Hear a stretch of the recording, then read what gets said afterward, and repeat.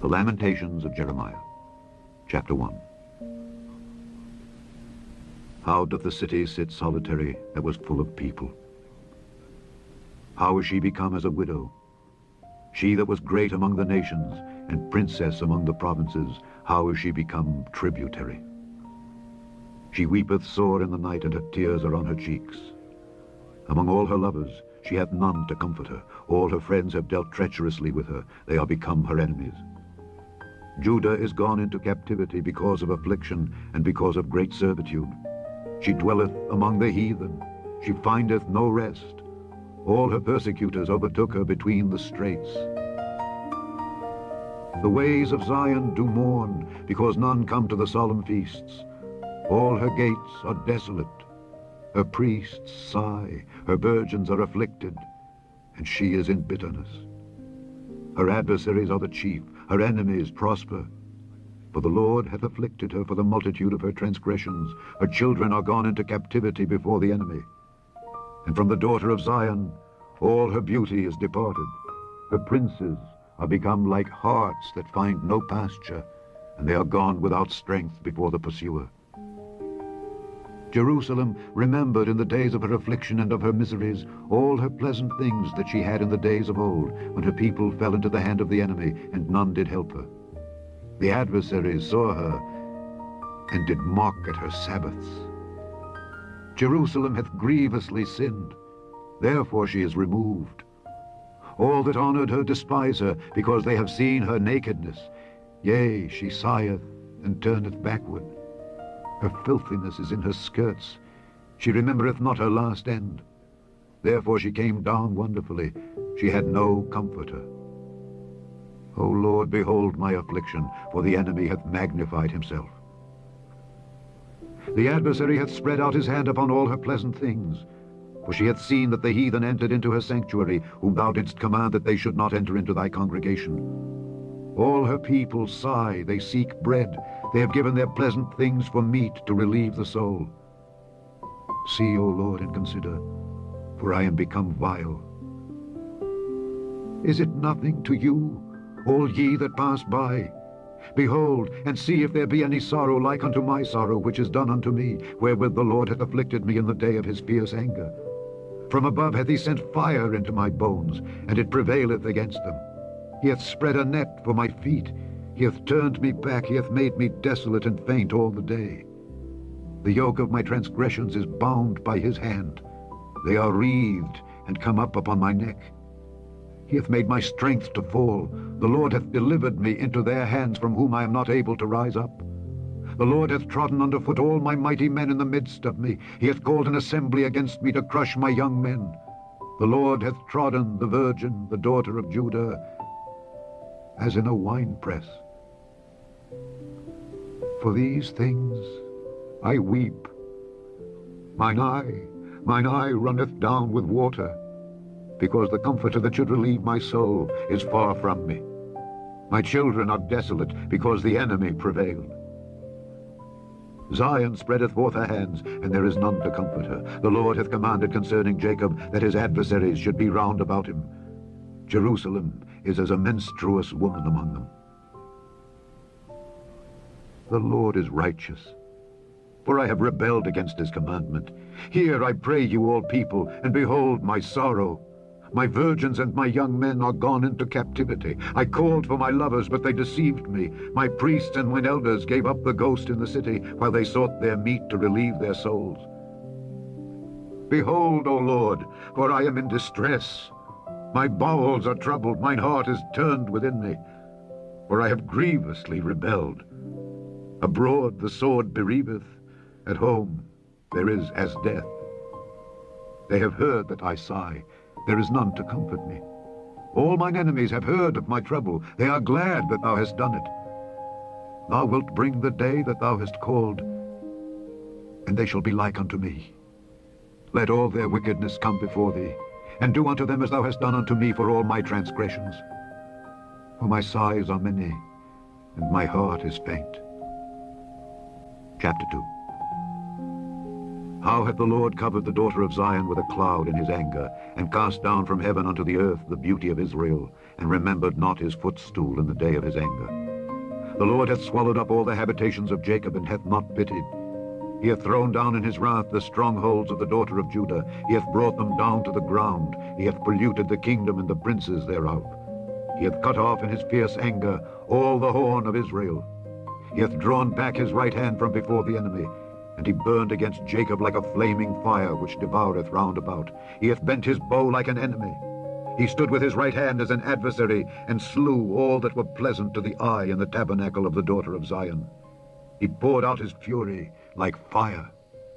The Lord was as an enemy. He hath swallowed up Israel. He hath swallowed up all her palaces.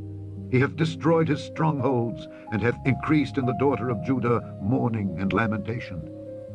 And he hath violently taken away his tabernacle as if it were of a garden. He hath destroyed his places of the assembly. The Lord hath caused the solemn feasts and Sabbaths to be forgotten in Zion, and hath despised in the indignation of his anger the king and the priest. The Lord hath cast off his altar. He hath abhorred his sanctuary. He hath given up into the hand of the enemy the walls of her palaces. They have made a noise in the house of the Lord, as in the day of a solemn feast. The Lord hath purposed to destroy the wall of the daughter of Zion. He hath stretched out a line. He hath not withdrawn his hand from destroying. Therefore he made the rampart and the wall to lament. They languish together. Her gates are sunk into the ground. He hath destroyed and broken her bars. Her king and her princes are among the Gentiles. The law is no more. Her prophets also find no vision from the Lord. The elders of the daughter of Zion sit upon the ground and keep silence.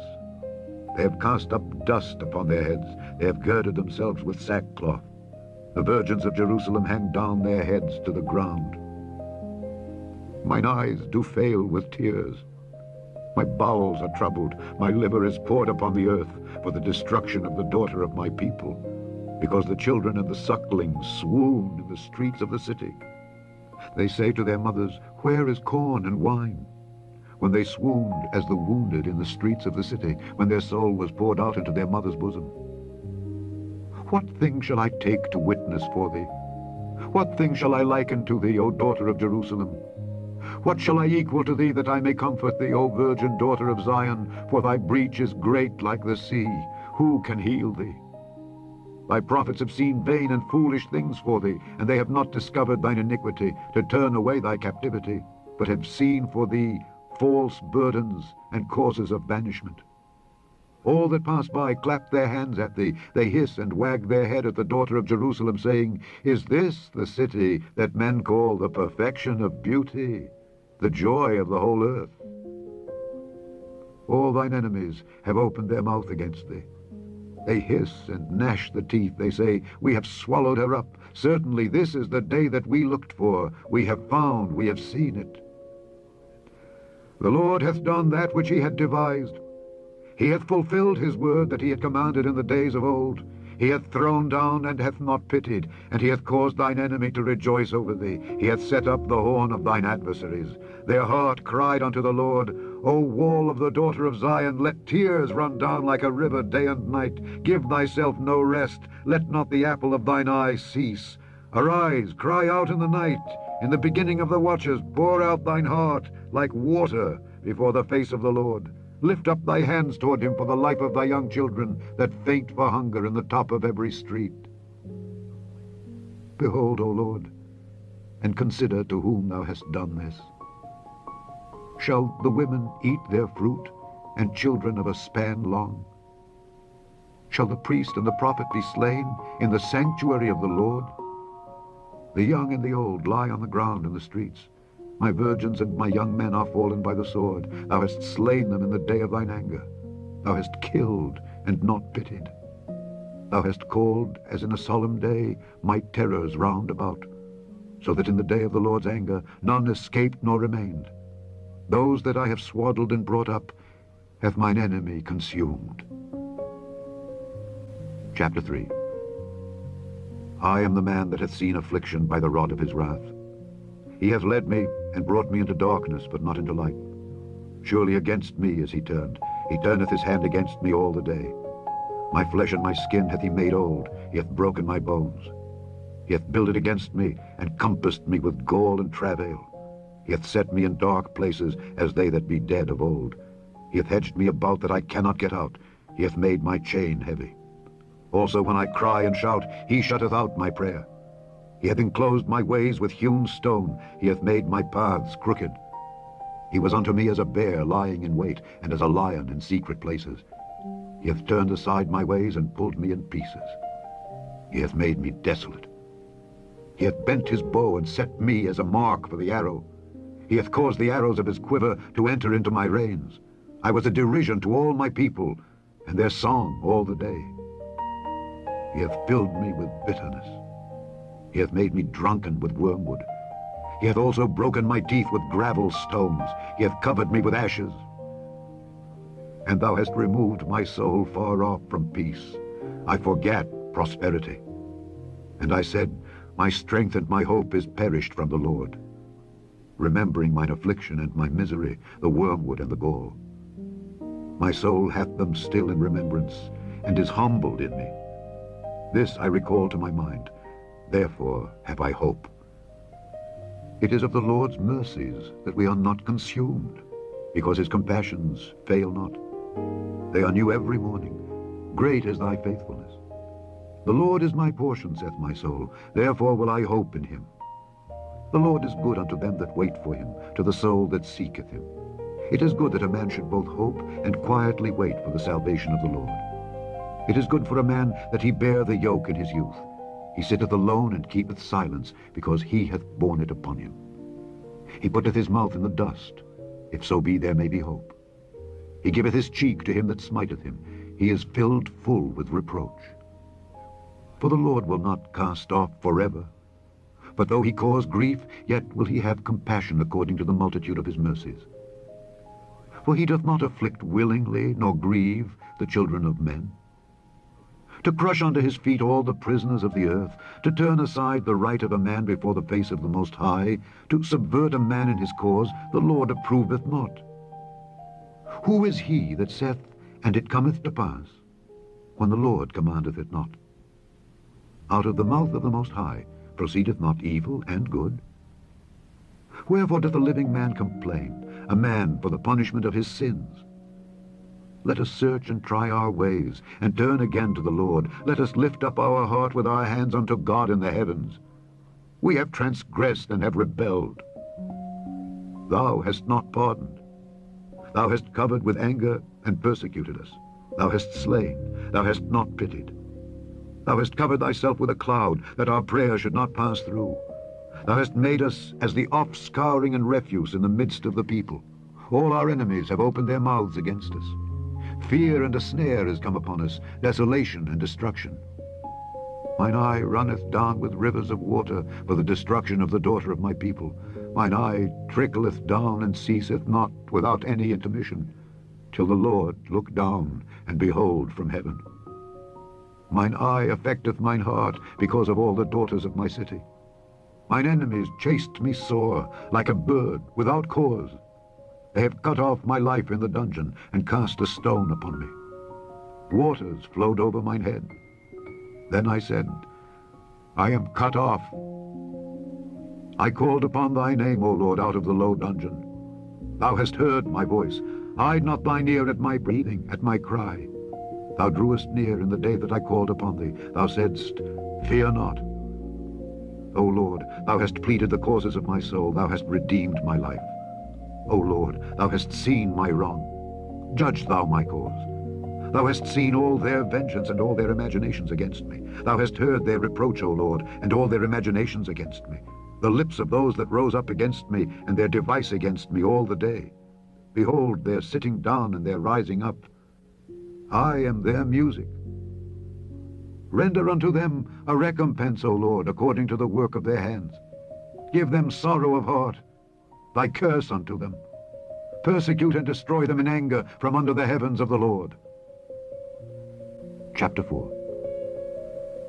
How is the gold become dim? How is the most fine gold changed? The stones of the sanctuary are poured out in the top of every street.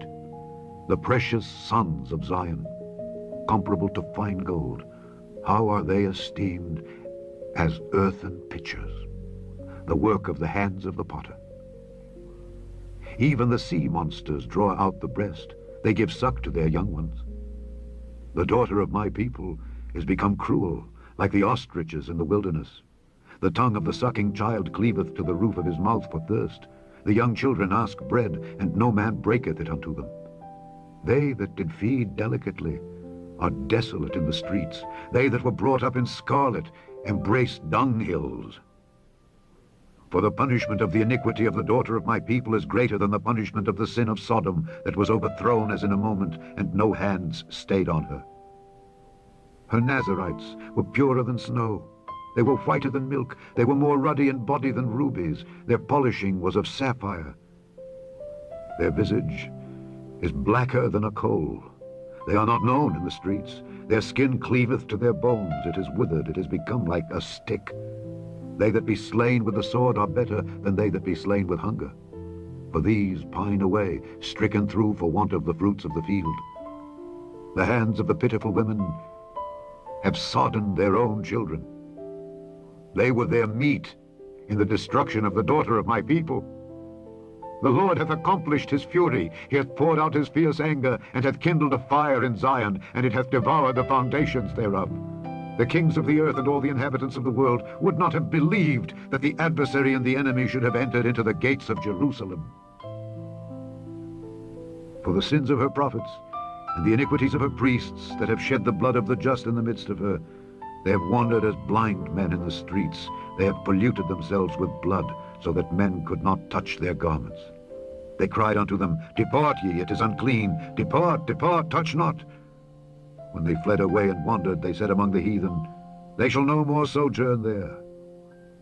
The anger of the Lord hath divided them. He will no more regard them. They respected not the persons of the priests. They favored not the elders.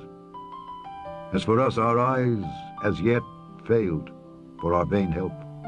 In our watchings we have watched for a nation that could not save us. They hunt our steps that we cannot go in our streets. Our end is near, our days are fulfilled, for our end is come. Our persecutors are swifter than the eagles of the heaven. They pursued us upon the mountains. They laid wait for us in the wilderness. The breath of our nostrils, the anointed of the Lord, was taken in their pits, of whom we said, Under his shadow we shall live among the heathen. Rejoice and be glad, O daughter of Edom, that dwellest in the land of Uz. The cup also shall pass through unto thee. Thou shalt be drunken, and shalt make thyself naked. The punishment of thine iniquity is accomplished, O daughter of Zion. He will no more carry thee away into captivity. He will visit thine iniquity, O daughter of Edom. He will discover thy sins. Chapter 5. Remember, O Lord, what has come upon us. Consider and behold our reproach. Our inheritance is turned to strangers, our houses to aliens. We are orphans and fatherless. Our mothers are as widows. We have drunken our water for money. Our wood is sold unto us. Our necks are under persecution. We labor and have no rest. We have given the hand to the Egyptians and to the Assyrians to be satisfied with bread. Our fathers have sinned and are not, and we have borne their iniquities. Servants have ruled over us. There is none that doth deliver us out of their hand. We gat our bread with the peril of our lives, because of the sword of the wilderness. Our skin was black like an oven, because of the terrible famine. They ravished the women in Zion, and the maids in the cities of Judah. Princes are hanged up by their hand. The faces of elders were not honored. They took the young men to grind, and the children fell under the wood. The elders have ceased from the gate, the young men from their music. The joy of our heart is ceased. Our dance is turned into mourning. The crown is fallen from our head. Woe unto us that we have sinned. For this our heart is faint. For these things our eyes are dim. Because of the mountain of Zion which is desolate, the foxes walk upon it. Thou, O Lord, remainest forever, thy throne from generation to generation. Wherefore dost thou forget us forever, and forsake us so long time? Turn thou us unto thee, O Lord, and we shall be turned. Renew our days as of old. But thou hast utterly rejected us. Thou art very wroth against us. The end of the Lamentations of Jeremiah.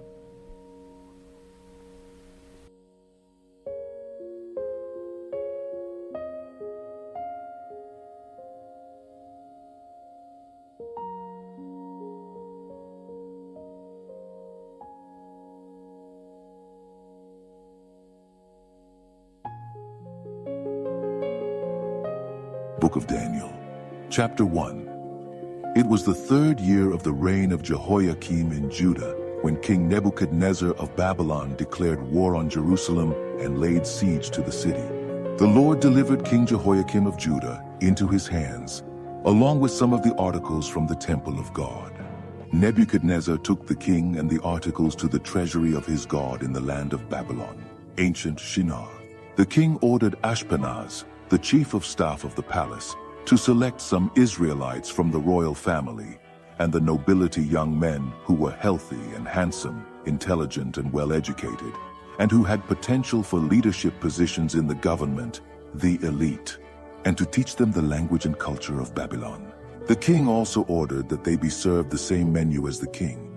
They ate the best food and the finest wine. After 3 years of training, they would take up positions in the king's court. 4 men from Judah, Daniel, Hananiah, Mishael, and Azariah, were among those chosen. The chief of staff gave them Babylonian names. Daniel was named Belteshazzar, Hananiah was named Shadrach, Mishael was named Meshach, and Azariah was named Abednego. But Daniel was determined not to defile himself by eating the king's food or drinking his wine. So he asked the chief of staff to give him permission not to eat from the king's menu. By God's grace, the chief of staff liked Daniel and gave his permission. But he warned him, "I am afraid of what my lord the king might do. He is the one who has set this menu, and if he sees that you are not as healthy as the others, he will have my head." So Daniel appealed to the man in charge, who had been assigned by the chief of staff to take care of him, Hananiah, Mishael, and Azariah. "Try a test with us for 10 days. Bring only vegetables and water. Then compare us with the young men who eat the king's menu and make your decision." Then the man in charge of them agreed and fed them vegetables and water for 10 days. At the end of the 10 days, they looked better and healthier than anyone else. So the man in charge continued to dispense them from the food and drink from the king's menu and served them only vegetables. God gave these 4 young men knowledge and skills in all areas, both theoretical and practical. In addition, Daniel had the gift of interpreting all kinds of visions and dreams. At the end of the time set by the king for their training, the chief of staff of the palace took them to Nebuchadnezzar. When he interviewed them, the king found them far better than all the others. No one was as good as Daniel, Hananiah, Mishael, and Azariah, and so they took up their responsibilities in the king's court. Whenever the king consulted them on any subject, whether theoretical or practical, they proved to be 10 times better than all the magicians and enchanters in the kingdom combined. Daniel continued in the king's service until the 1st year of the reign of King Cyrus. Book of Daniel, Chapter 2. In the 2nd year of his reign, King Nebuchadnezzar had dreams that were driving him crazy, so much so that he could no longer sleep. So he called all the magicians, enchanters, sorcerers, and astrologers of Babylon to interpret his dreams. When they were all in the presence of the king, he said, "I have had a dream, and I cannot get it out of my head. I will not be able to sleep until I know its meaning." The astrologers, speaking in Aramaic, said, "May the king live forever. Tell us the dream, and we will interpret it." The king replied, "This is my decree. If you cannot tell me the dream and give me its interpretation, I will chop you into pieces and destroy your houses. But if you tell me the dream and give me its interpretation, I will shower you with gifts, and you will be greatly honored. So tell me the dream and give me its interpretation." They replied, "Please tell us the dream, your majesty. Then we will give you the interpretation."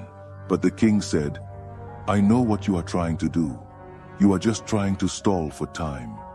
You know you are in trouble. And if you cannot tell me the dream, you will be in trouble. I can see it coming. You will make up some story and fool me until I change my mind. No way. First tell me the dream, and then I will know if you can give me the interpretation or if you are just fooling me." The astrologers replied, "No one in the world can do what the king is asking. And no king has ever asked any magician, enchanter, or astrologer for such a thing. What your majesty is asking is impossible unless some god reveals it to you. And gods do not live among people like us."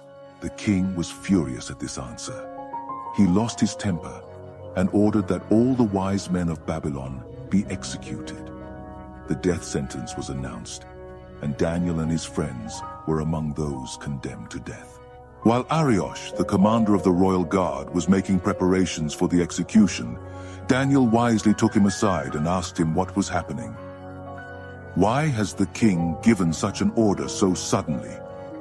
Arioch explained the reason for everything, and Daniel went to the king, asking for a little time so that he could interpret the dream. Daniel went home and told his friends Hananiah, Mishael, and Azariah what had happened. He asked them to pray to the God of heaven for mercy to solve the mystery, so that they could escape death. That night the solution to the mystery was revealed to Daniel in a vision.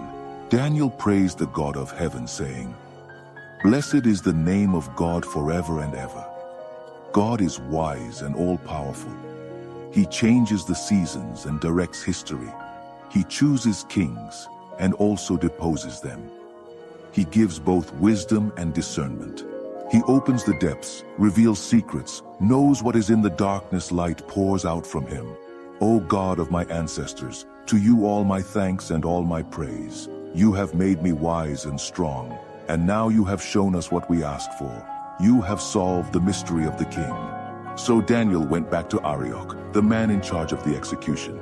He said, "Cancel the execution. Take me to the king and I will interpret his dream." Arioch wasted no time. He ran to the king, taking Daniel with him, and said, "I have found a man among the exiles of Judah who can interpret the dream." The king asked Daniel, whose Babylonian name was Belteshazzar, "Are you sure you can do this? Tell the dream and interpret it?" Daniel answered the king, "No man can solve the king's mystery, no matter who he is, a wise man, an enchanter, a magician, or a stargazer. But there is a God in heaven who reveals mysteries, and he has revealed them to me. He is showing King Nebuchadnezzar what will happen in the future." This is the dream the king had, the vision that filled his mind. While you were lying in bed, O king, ideas came to you about what will happen in the future. The one who reveals mysteries has shown the king what will happen. But the interpretation has been given through me, not because I am wiser than anyone else, but so that the king may know what it means and understand what he has dreamed.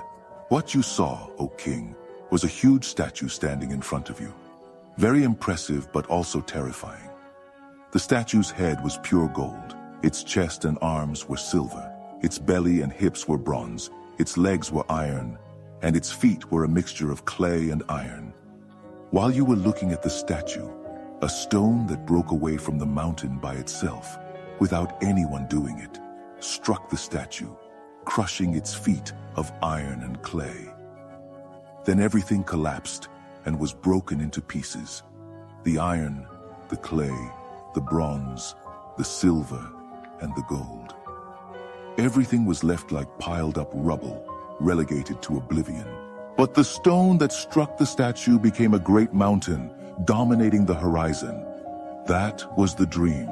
Now let us see the interpretation of the dream. Your Majesty, O King, is the most powerful ruler on earth. The God of heaven has given you everything: government, power, strength, and glory. He has made you responsible for mankind and for all the animals of the field and the birds of the sky throughout the world. The king is the head of all rulers. He is the head of gold. but his kingdom will be taken over by another kingdom inferior to his, and that by a third, the kingdom of bronze, which will rule over the whole earth. Finally, a fourth kingdom, strong as iron, will take over. Just as iron shatters everything it touches, so this one will break, crush, and pulverize all the previous kingdoms.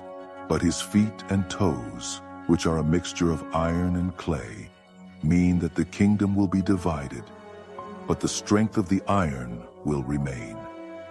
Just as the toes were of iron and clay, so the kingdom will have a strong part and a weak part.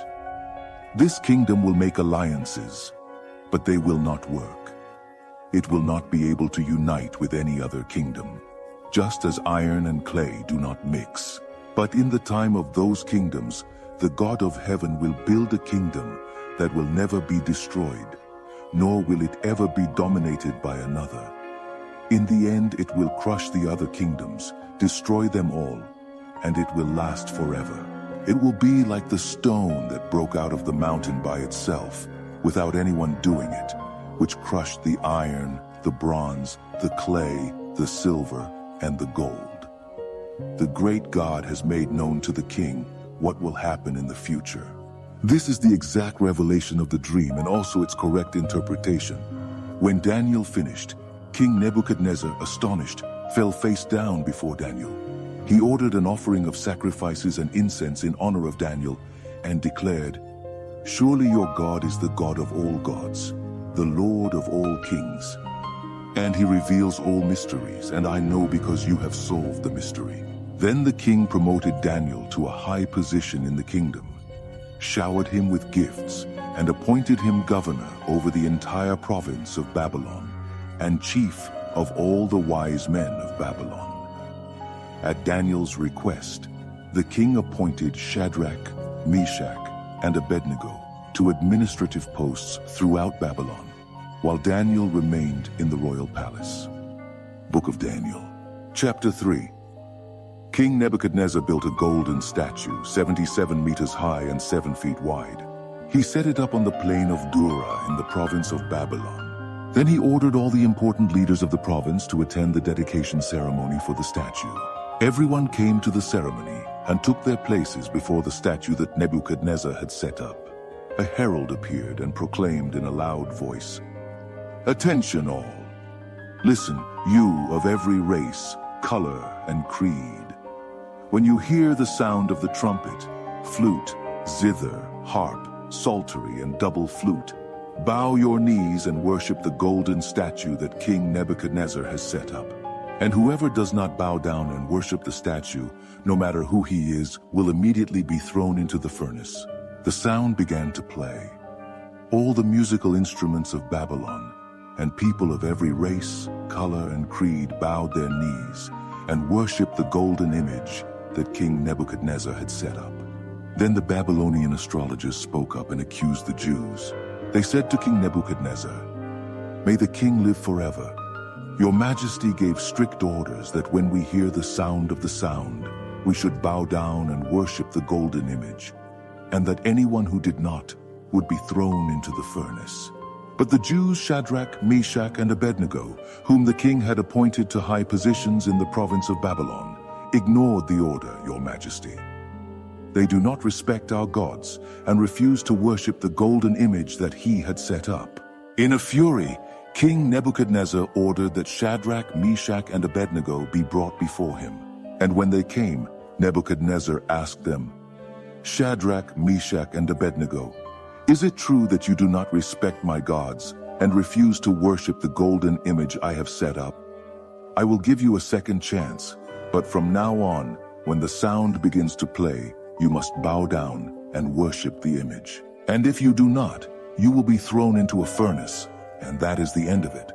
And what God will deliver you from me?" Shadrach, Meshach, and Abednego replied, "Your threat does not frighten us. If you throw us into the furnace, the God we serve can save us not only from the furnace, but from anything else. And even if he does not, it does not matter, Your Majesty. Still, "We will not serve your gods or worship the golden image you have set up." Nebuchadnezzar was about to explode with anger. He immediately ordered the furnace to be heated 7 times hotter than normal, and he ordered some strong men from his army to tie them up and throw them into the furnace. Shadrach, Meshach, and Abednego, with their hands and feet tied and dressed in their clothes, were thrown into the extremely hot furnace. Because of the king's order, the furnace was so hot that the flames alone were enough to kill the men who carried Shadrach, Meshach, and Abednego. And they ended up falling into the furnace. Suddenly, King Nebuchadnezzar jumped up and asked, "Didn't we throw 3 men in with their hands and feet tied?" "That's right, sir," the men replied. "Look," the king exclaimed, "I see 4 men walking back and forth in the fire, and they are fine. And the 4th man looks like a son of the gods. It's not possible." Nebuchadnezzar went to the entrance of the fiery furnace and called out, "Shadrach, Meshach, and Abednego, servants of the Most High God, come out and come here." So Shadrach, Meshach, and Abednego came out of the fire. All the government officials and the king's advisors gathered to examine them, and they saw that the fire had not left a scratch on any of them, not a single hair burned, not a smell of smoke on their clothes. Nebuchadnezzar exclaimed, "Praise be to the God of Shadrach, Meshach, and Abednego. He has sent his angel and saved his servants. They trusted in God to the point of ignoring the king's orders and risking their lives, but they did not serve or worship other gods. Therefore I decree, anyone, regardless of race, religion, or race, who speaks anything against the God of Shadrach, Meshach, and Abednego will be cut to pieces, and his house will be destroyed. There has never been a God who saves like this." Then the king promoted Shadrach, Meshach, and Abednego in the province of Babylon. Book of Daniel, Chapter 4. King Nebuchadnezzar, to all of every race, color, and creed in the world. Peace and prosperity to all. It is a privilege to tell you of the great miracles that the Most High God has done for me. His miracles are awesome. His wonders are astonishing. His kingdom endures forever, and his sovereign rule is eternal. I, Nebuchadnezzar, was living in peace in my palace. But I had a dream, almost a nightmare that shook me. I sent for all the wise men of Babylon to interpret the dream. When they were all gathered, magicians, enchanters, astrologers, and fortune-tellers, I told them the dream, but no one could tell me its meaning. But Daniel came, a man filled with the divine Holy Spirit, and I told him the dream. His Babylonian name is Belteshazzar, named after my God. "Belteshazzar," I said, "chief of the magicians, I know that you are a man filled with the divine Holy Spirit, and that there is no mystery that you cannot solve. Listen to this dream that I have had, and interpret it for me. This is what I saw as I lay in bed. There was a great tree in the center of the world. I looked, and the tree grew and became even greater. Its top reached the sky and could be seen from all over the earth. Its leaves were beautiful, and its fruit was abundant, yielding enough food for everyone. The animals took shelter under it, and the birds made their nests in its branches. Everyone depended on it. And while I was still lying there, I saw this. An angel came down from heaven and commanded, "Cut down the tree, cut off its branches, strip off its leaves, and scatter its fruit. Hunt the animals that are under it, and scare the birds from its branches. But leave the stump and its roots, bound with iron and bronze, next to the grass of the field. Let him be wet with the dew of heaven and feed on grass with the animals. Let him lose the human mind and be like an animal, and so it will be until 7 times pass." The angels announce this decree. The holy watchmen bring this sentence, so that all who live may know that the Most High God rules over the kingdoms of men. He directs everything as he pleases, and makes powerful men out of simple men. This is what I, King Nebuchadnezzar, dreamed. Belteshazzar, now it is your turn to interpret the dream for me. None of the wise men of Babylon could make sense of it, but I am sure that you can interpret it, for you are filled with the divine Holy Spirit. Daniel, Belteshazzar, was so terrified for a moment that he could hardly speak. Belteshazzar, the king said, "Be calm. Do not let the dream and its interpretation frighten you." "My lord," Belteshazzar said, "I wish this dream were about your enemies, and the interpretation for your adversaries. The tree that you saw, which grew and became so tall that its top reached to heaven, visible from the four corners of the earth. The tree with lush foliage and abundant fruit, sufficient for everyone. The tree under which the animals sought refuge, and in which the birds made their nests. That is you, O king. Your majesty is the tree. You have grown and become strong. Your majesty reaches to heaven, and your dominion extends to the four corners of the earth. And the angels who they came down from heaven, proclaiming, 'Cut down the tree and destroy it, but leave the stump and its roots in the ground, bound with iron and bronze among the grass of the field. Let it be wet with the dew of heaven, and feed on grass with the animals for 7 times.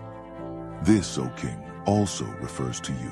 It means that God Most High has pronounced a sentence against you. You will be taken away from men and will live with the animals. You will feed on grass like oxen and be wet with the dew of heaven. This will last for 7 times. And you will learn that God Most High is ruler over the kingdoms of men and directs everything as he pleases. The part about the stump of the tree and its roots, which are left, means that your kingdom will still be restored after you acknowledge that it is God who has dominion over everything. Therefore, O king, take my advice. Turn from your sins and begin to live differently.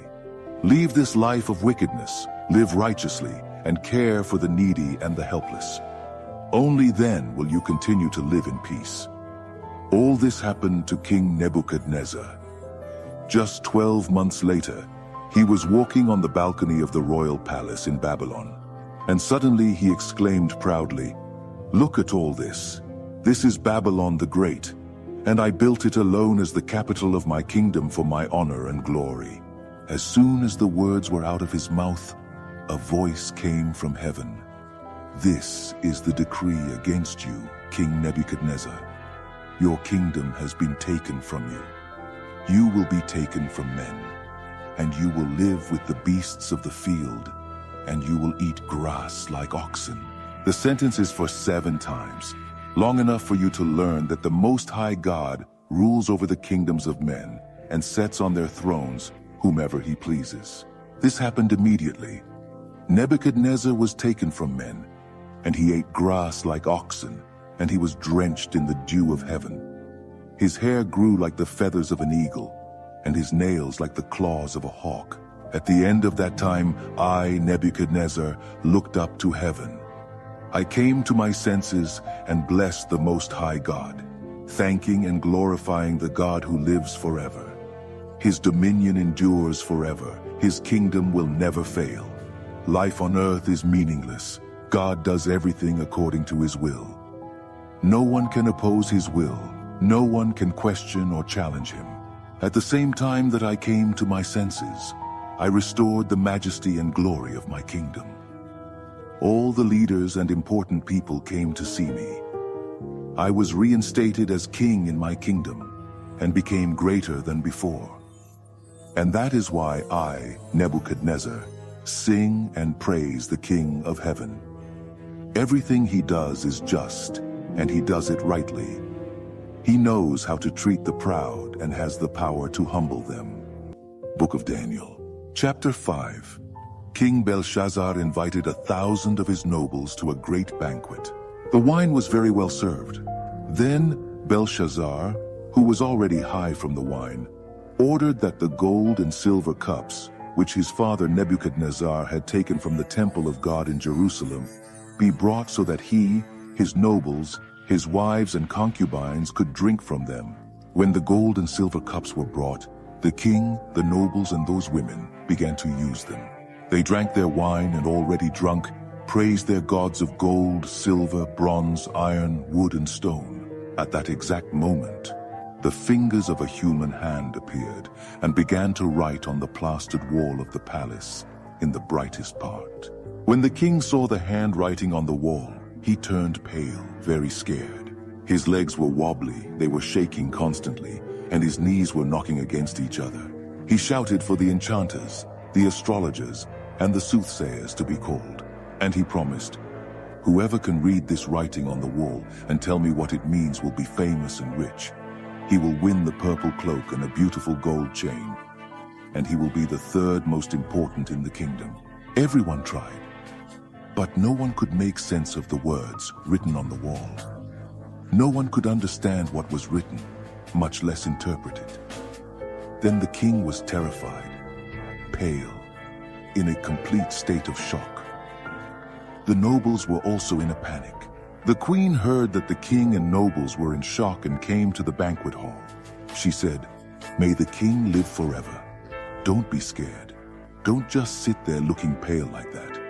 There is a man in the kingdom who is filled with the divine Holy Spirit." During his father's reign, he became known for his intellectual brilliance and spiritual wisdom. He was so capable that his father, King Nebuchadnezzar, made him the chief of all magicians, enchanters, soothsayers, and astrologers. There was no one like him. He could do anything: interpret dreams, decipher mysteries, explain riddles. His name is Daniel, but the king changed his name to Belteshazzar. "Send for Daniel. He will read what is written there."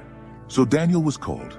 The king asked, "Are you the Daniel who was one of the exiles my father brought from Judah?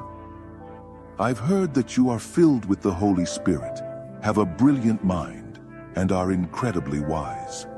The wise men and enchanters were brought here to read this writing on the wall and interpret it, but none of them could read anything.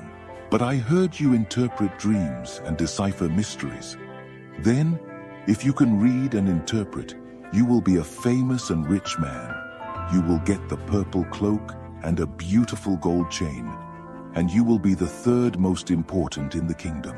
Daniel replied to the king, "You can keep the gifts or give them to someone else, but I will read the writing to the king and interpret its meaning. Listen, O king, the Most High God gave his father, Nebuchadnezzar, a great kingdom and a glorious reputation. God made him very powerful, and people everywhere, of every race, color, or creed were intimidated by him. He killed or spared them as and when he wanted. He promoted or humiliated people as he pleased. Then God humiliated him and deprived him of all power.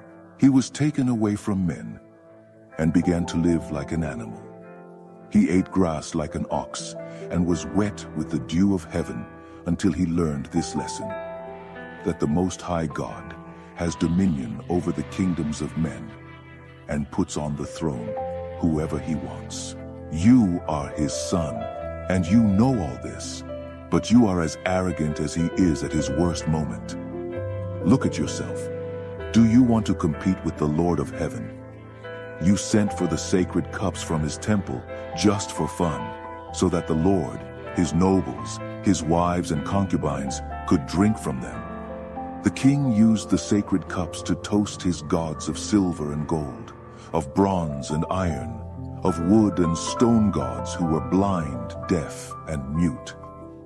But he treated the living God with contempt, who holds his life in his hands from birth to death. God sent the hand that wrote on the wall, and what is written is Mene, Tekel, and Peres. And this is the meaning of these words: Mene. God has numbered the days of his government, and his accounts are negative. Tekel, you have been weighed in the scales, and you are lacking. Peres, his kingdom was divided and given to the Medes and Persians. Belshazzar did what he had promised. He dressed Daniel in a purple cloak, placed a beautiful gold chain around his neck, and promoted him to the third most important position in the kingdom. That same night, King Belshazzar of Babylon was killed. Darius the Mede was 62 years old when he succeeded him as king. Book of Daniel, chapter 6. Darius reorganized his kingdom. He appointed 120 governors to administer all the provinces of the kingdom. Over them were 3 ministers, and one of them was Daniel. The governors reported to the ministers, who were responsible for keeping everything in order. But Daniel was full of vitality and had such superior intelligence to the other ministers and governors that the king decided to put him in charge of the entire kingdom. The ministers and governors met to see if they could find any weaknesses in Daniel that they could use against him. But they came up with nothing. He was exemplary and absolutely trustworthy. They could find no evidence of negligence or misconduct. After numerous attempts, they gave up and said, "We will never find anything against this Daniel unless we invent some accusation and plot against him." So the ministers and governors plotted against him and went to the king and said, "King Darius, may you live forever. We, the ministers, governors, and all the chief officials, have gathered together and agreed that the king should issue the following decree. For the next 30 days, no one is to pray to any god or man except the king. Anyone who disobeys will be thrown into the lion's den. Promulgate this decree, Your Majesty, and sign it so that it will be irrevocable, as an inscription on stone, in accordance with all the laws of the Medes and Persians." So King Darius signed the decree. When Daniel heard that this decree had been issued, he continued to pray, as he always did. His house had windows on the upper floor facing Jerusalem. 3 times a day he would kneel there in prayer, thanking and praising God. The conspirators came and saw him praying, asking for God's help. They immediately went to the king and reminded him of the decree. "Didn't the king sign a law that forbids anyone to pray to any god or man except the king for 30 days? And whoever is caught doing this will be thrown into the lion's den?" "Of course," the king said, "as an inscription in stone according to all the laws of the Medes and Persians." Then they said, "Daniel, one of the Jewish exiles, ignores your order and defies your law. He prays 3 times a day." The king was disconcerted and tried every way to free Daniel from the trouble he had gotten him into. He thought about it all day long, but the conspirators returned. "Remember, Your Majesty, it is a law according to all the laws of the Medes and Persians, irrevocable." The king relented and ordered Daniel to be brought and thrown into the lion's den. But he said to Daniel, "Your God, to whom you are so loyal, will deliver you from this situation." A stone was placed over the entrance to the den. The king sealed the stone with his own ring and the rings of all his nobles, because it could not be revoked. The king returned to the palace, but he did not eat or sleep. He spent the night worried. At daybreak he got up and hurried to the lion's den. When he got close, he called out in distress, "Daniel, servant of the Most High God, has your God, whom you serve so faithfully, rescued you from the lions?" "May the king live forever," Daniel replied. "My God sent his angel, and he shut the lions' mouths so they could not harm me. I was found innocent before God, and also before you, O king, because I had done you no harm." When the king heard these words, he was overjoyed. He ordered Daniel to be taken out of the den. After he came out, it was found that there was not a scratch on him. He had trusted in his God. Then the king ordered that the officials who had conspired against Daniel be thrown into the lion's den, along with their wives and children. Before they even reached the bottom of the pit, the lions had already grabbed them and tore them apart. King Darius issued this proclamation to everyone in the land, of every race, color, and creed. "Peace be with you. Much peace. I decree that the God of Daniel be worshipped and feared in all my kingdom. He is the living God and endures forever. His kingdom is never destroyed. His rule continues forever. He is the Savior and the Redeemer. He performs amazing miracles in heaven and on earth.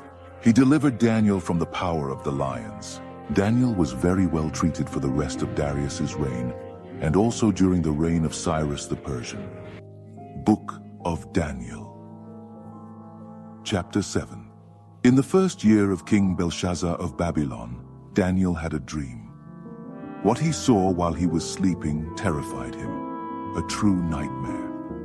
And he wrote about his dream. "In my dream that night, I saw the four winds of heaven blowing and creating a great storm on the sea. Four huge animals, different from each other, were coming up out of the sea. The first animal looked like a lion, but it had eagle's wings. As I watched, its wings were plucked off, and it stood upright like a man. Then they gave it a human heart. Then I looked and saw a second animal, like a bear. It stood up, holding 3 ribs in its jaws. It was told, "Attack, devour everything, fill your belly." Then I saw another animal. It looked like a leopard. It had 4 wings, like a bird on its back. It had 4 heads and was given authority to rule. After this, a 4th beast appeared in my dream. This one was terrifying, hideous. It had huge iron teeth, and it crushed and devoured its victims. Anything left on the ground, it trampled on and crushed. It was different from the other beasts, a real monster. And it had 10 horns. As I watched the horns, trying to figure out what they meant, another horn grew on it, but this one was small. 3 of the horns it already had were plucked out to make room for it.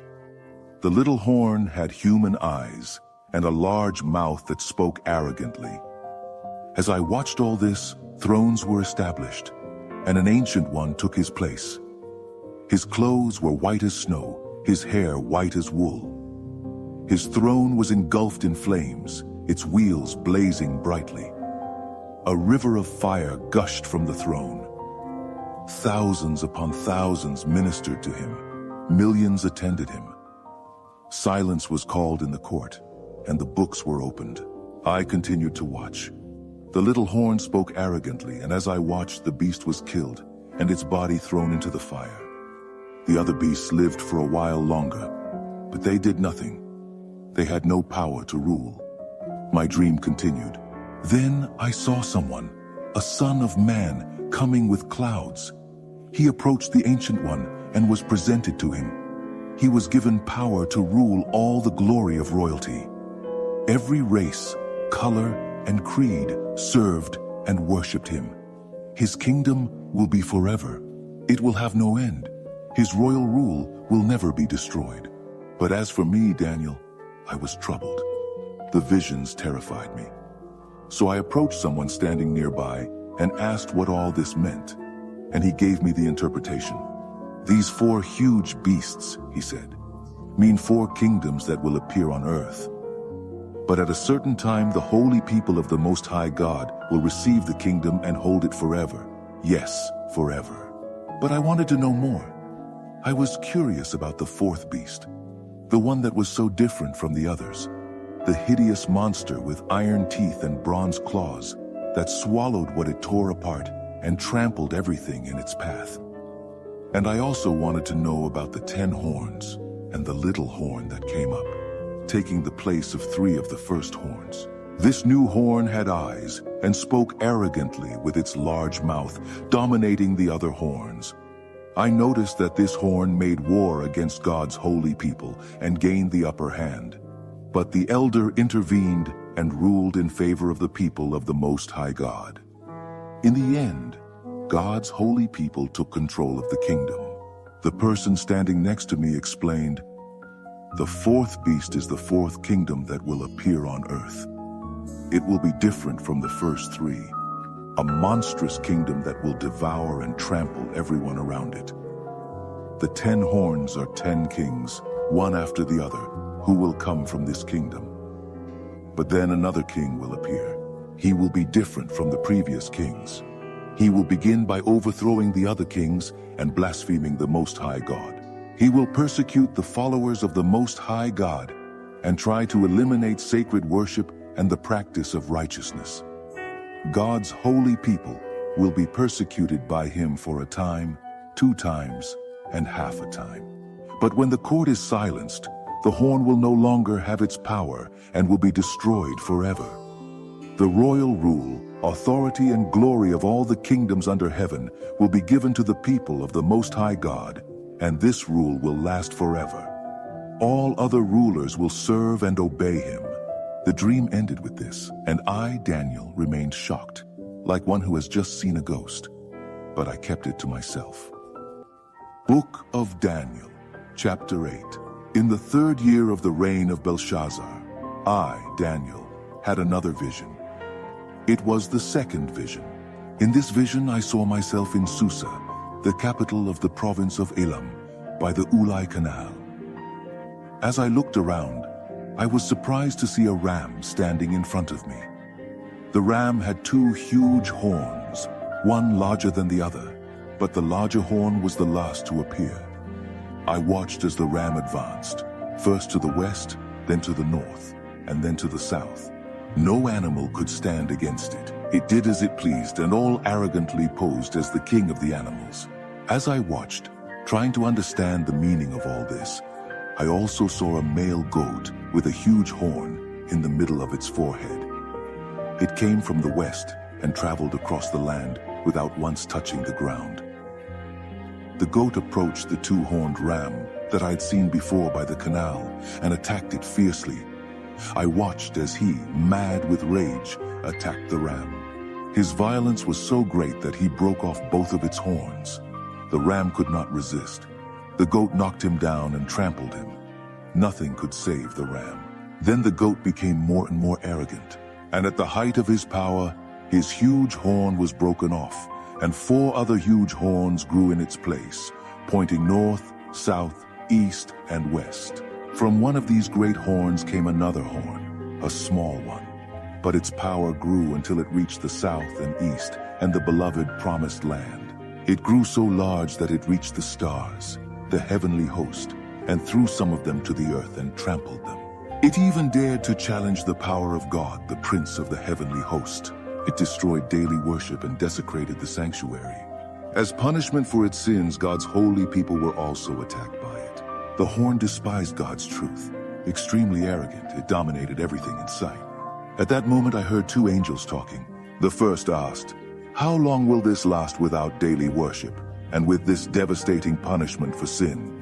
And will God's people and the sanctuary continue to be despised and trampled underfoot?" The other answered, "A period of 2,300 evenings and mornings. Then the sanctuary will be restored." 15 While I, Daniel, was trying to make sense of what I saw, a human figure appeared before me. I heard a man's voice from the Ulai Canal calling, "Gabriel, tell this man what is happening. Explain the vision to him." He came to me, but when he came near, I was terrified and fell face down to the ground. He said, "Understand that this vision concerns the end of the age." As soon as he spoke, I fell face down on the ground, fainting. But he woke me up and raised me up. He continued, "I will tell you what will happen in the days of judgment, for there will be an end to all this. The 2-horned ram that you saw represents the 2 kings of the Medes and the Persians. The goat represents the kingdom of the Greeks, and the huge horn on its forehead is the first king. The 4 horns that came up in its place after it was broken are the 4 kings who will come after him, but without the same power. When their reign is at an end and the rebellions intensify, a cruel king will arise, a master of evil. His power will increase immensely. He will be arrogant, authoritarian in speech, doing exactly what he wants, and he will overthrow the powerful and the holy on all sides. His criminal actions will multiply, and how they will. He will think he is invincible and will get rid of everyone who crosses his path. But when he faces the Prince of Princes, he will be crushed, but not by human hands. The vision of the 2,300 evenings and mornings is precise, but confidential, so keep it secret. It concerns the distant future. I, Daniel, was exhausted for some days. Finally, I found the strength to go back to work and do the king's business. But I continued to be terrified by the vision, for I could not understand it at all. Book of Daniel, chapter 9. Darius, son of Xerxes, of the lineage of the Medes, became king of Babylon. In the 1st year of his reign, I, Daniel, meditated on the scriptures, and according to the message of the Eternal to the prophet Jeremiah, Jerusalem would have to remain in ruins for 70 years. I turned to the Lord God, looking for an answer. I prayed with dedication and sincerity. I fasted, wore sackcloth, and knelt in the ashes. I poured out my heart and opened my soul to the Eternal, my God. O Lord, great and sovereign God, you never fail to keep your covenant.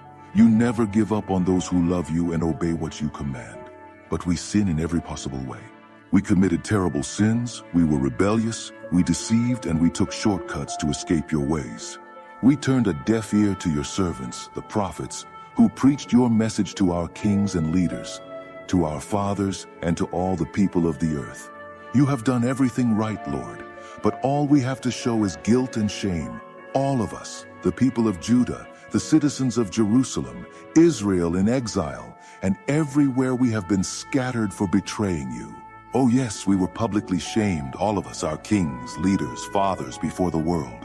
But it was well-deserved because of our sin. Your compassion is our only hope, O Lord our God, because in our rebellion we gave up our rights. We did not pay attention to you when you told us how we should live, nor did we obey the teaching proclaimed by your servants, the prophets. All of us in Israel choose to ignore you. We disregarded your instructions to do only what pleased us, and now we are paying for it. The curse clearly expressed in the revelation made to Moses, God's servant, is now taking effect among us. It is the wages of our sin against you. You did to our rulers what you promised to do. You brought misfortune upon us in Jerusalem, the worst on record. And as it was written in God's revelation to Moses, the catastrophe was total. Nothing was spared. We show ourselves obstinate in our sin without ever considering your guidance, ignoring your warnings. So rightly so, you let misfortune come upon us with all its might.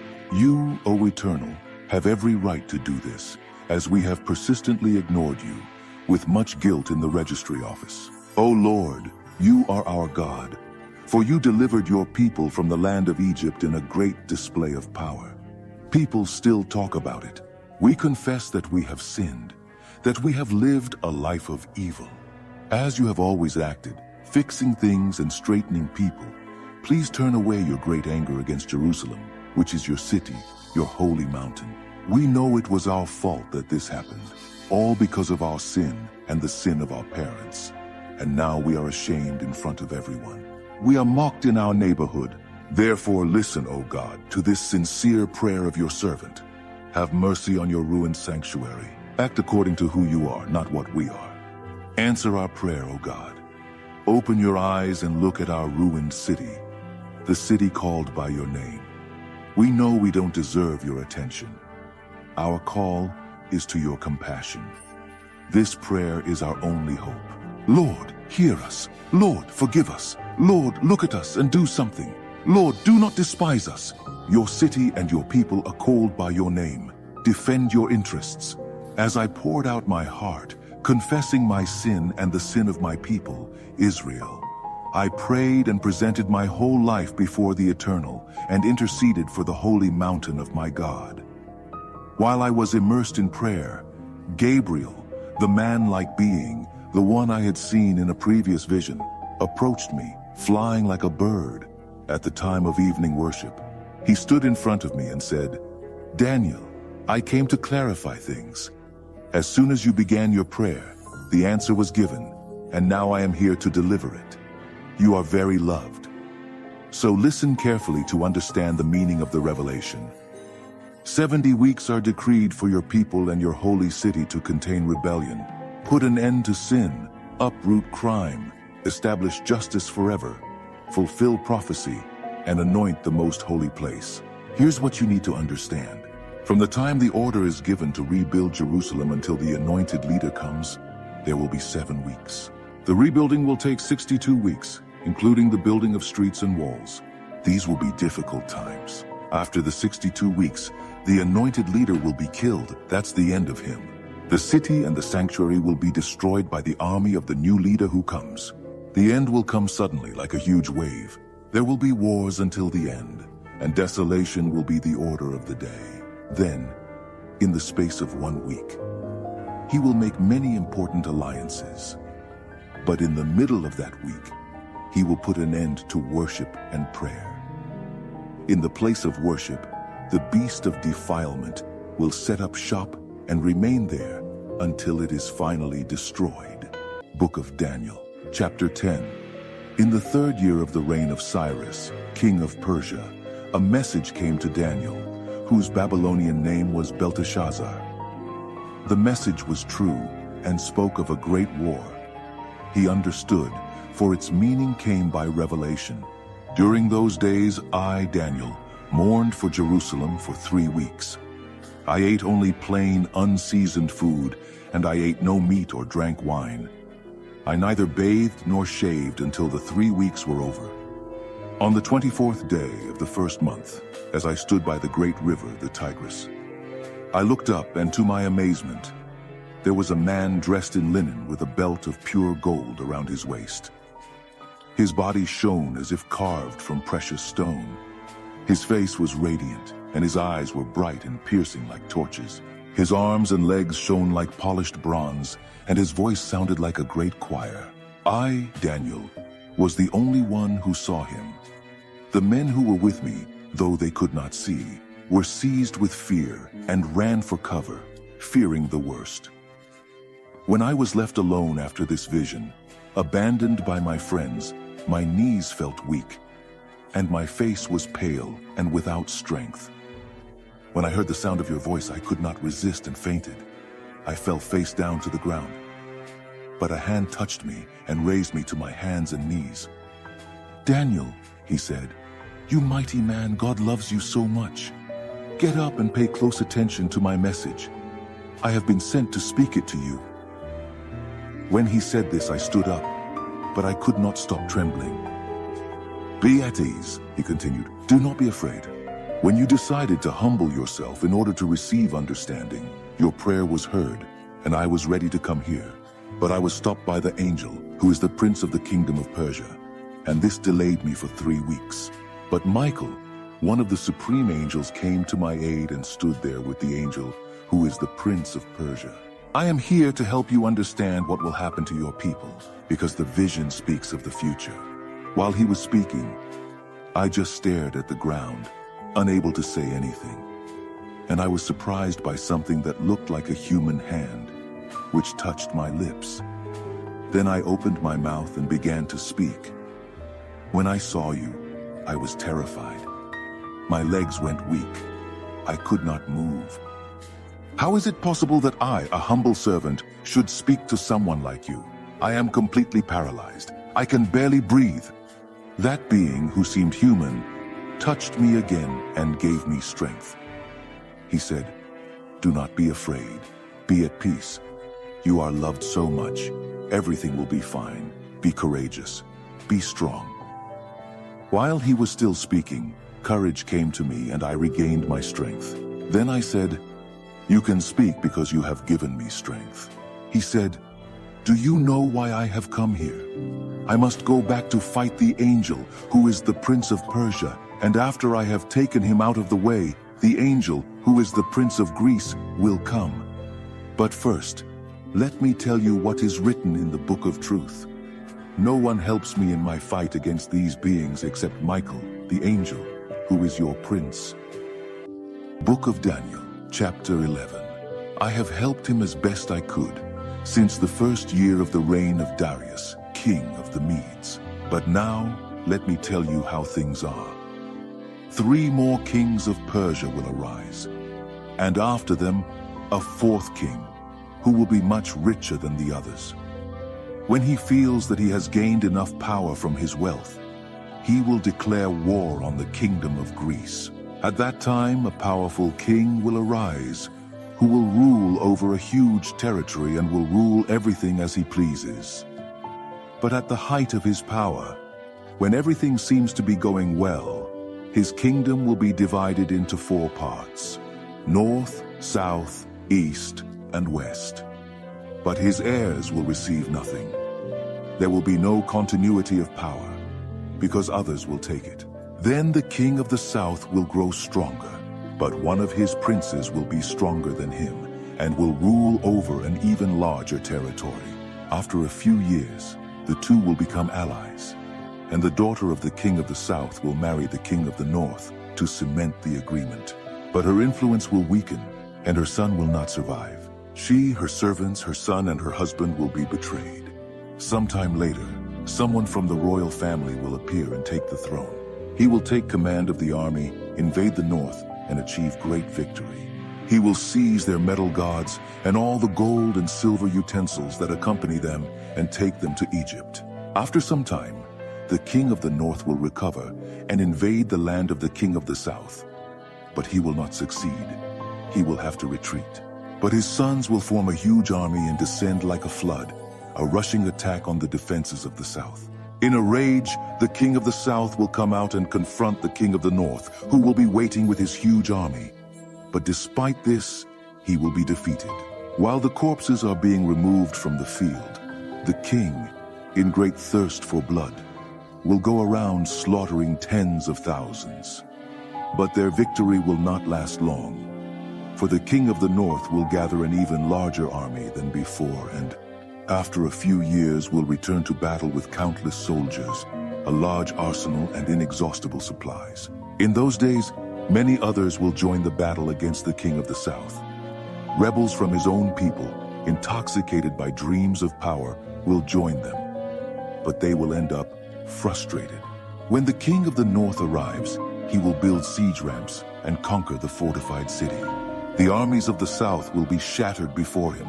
Not even his famous shock troops will be able to stop the aggressor. He will enter arrogantly, as if he owned the land. He will take possession of the beautiful land and establish himself there. Then he will proceed to gain complete control. He will make a peace treaty and even give his daughter in marriage to the king of the south. Part of a plot to destroy him once and for all. But the plan will be a fiasco. It will not succeed. Later, he will turn his attention to the coastal regions and take many prisoners.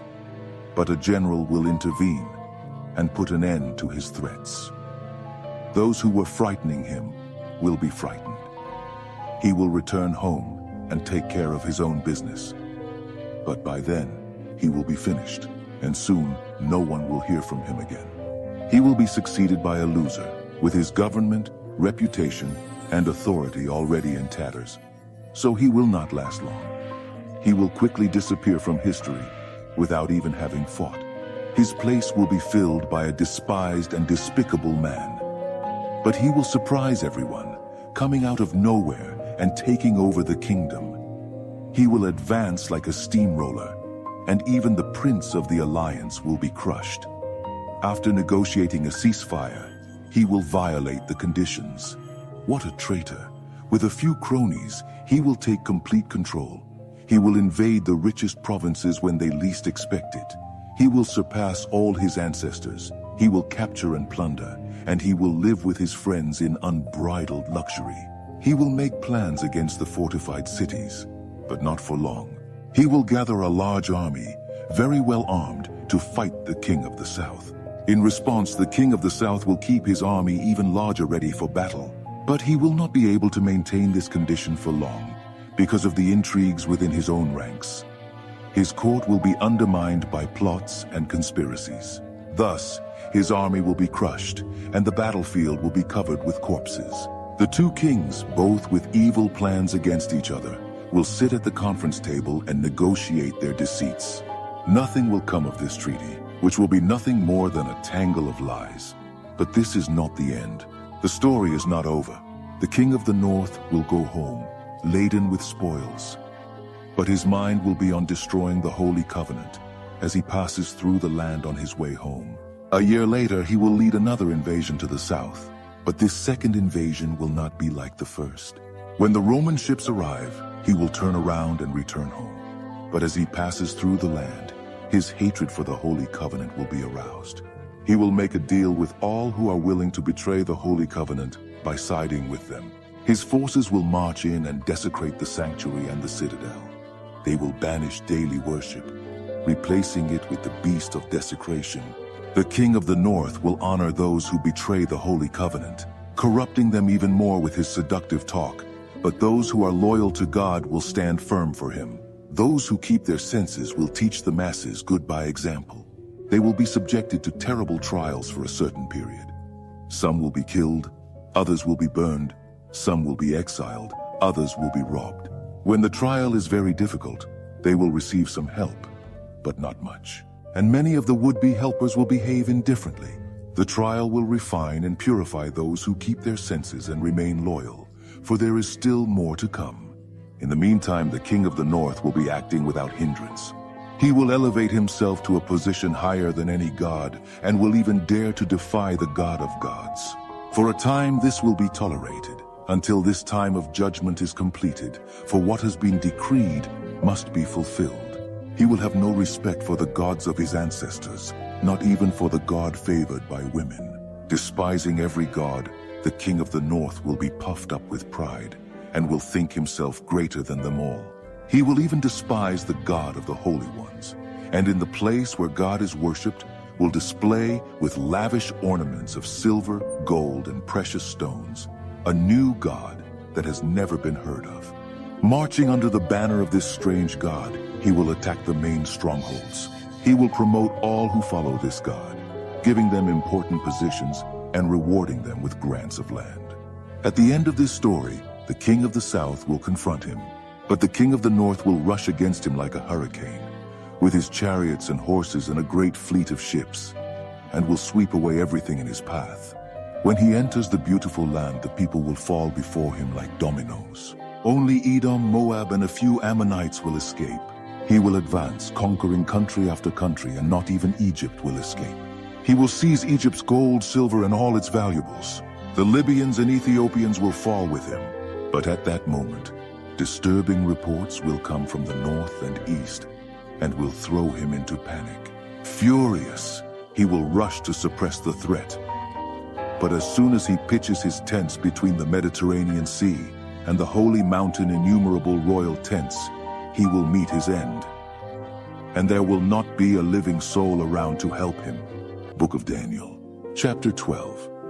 This will be the moment when Michael, the great angel who is the prince and defender of his people, will enter the scene. It will be a time of disaster, the worst disaster the world has ever known, but his people will be saved from disaster, all whose names are written in the book. A great multitude, composed of those who have already died and been buried, will awaken some to everlasting life, others to everlasting shame. Men and women who have lived wisely and righteously will shine like the cloudless night, filled with stars. And those who have led others in the right path will shine like stars forever. This is a confidential account, Daniel, for your eyes and ears only. Keep it secret. Keep the book locked up until the end. In the meantime, there will be a frantic search to try to understand what is happening. While I, Daniel, was hearing all this, two creatures appeared, one on the side of the river where I was, and the other on the other side. One of them asked a third man dressed in linen, who was standing above the waters of the river, "How long will this intriguing story go on?" The man dressed in linen, who was above the waters of the river, raised his hands to heaven. I heard him swear solemnly by the Lord that it would be a time, 2 times, and half a time, and that when the oppressor of the holy people was overthrown, the story would come to an end. I heard all this clearly, but I did not understand it. So I asked, "Lord, can you explain this to me?" "Keep doing what you are doing, Daniel," he said. "The message is confidential and will be kept under lock and key until the end, until everything is finished. The people will be purified and renewed, but the wicked will continue to be wicked, without having the slightest idea of what is happening. But those who live wisely and righteously will understand everything. From the moment that daily worship is abolished in the temple and the beast of desecration is introduced in its place, 1,290 days will pass. Blessed are those who patiently endure during the 1,335 days. And you, go on your journey without being anxious or worried. Be at peace. When all is over, you will rise to receive your reward.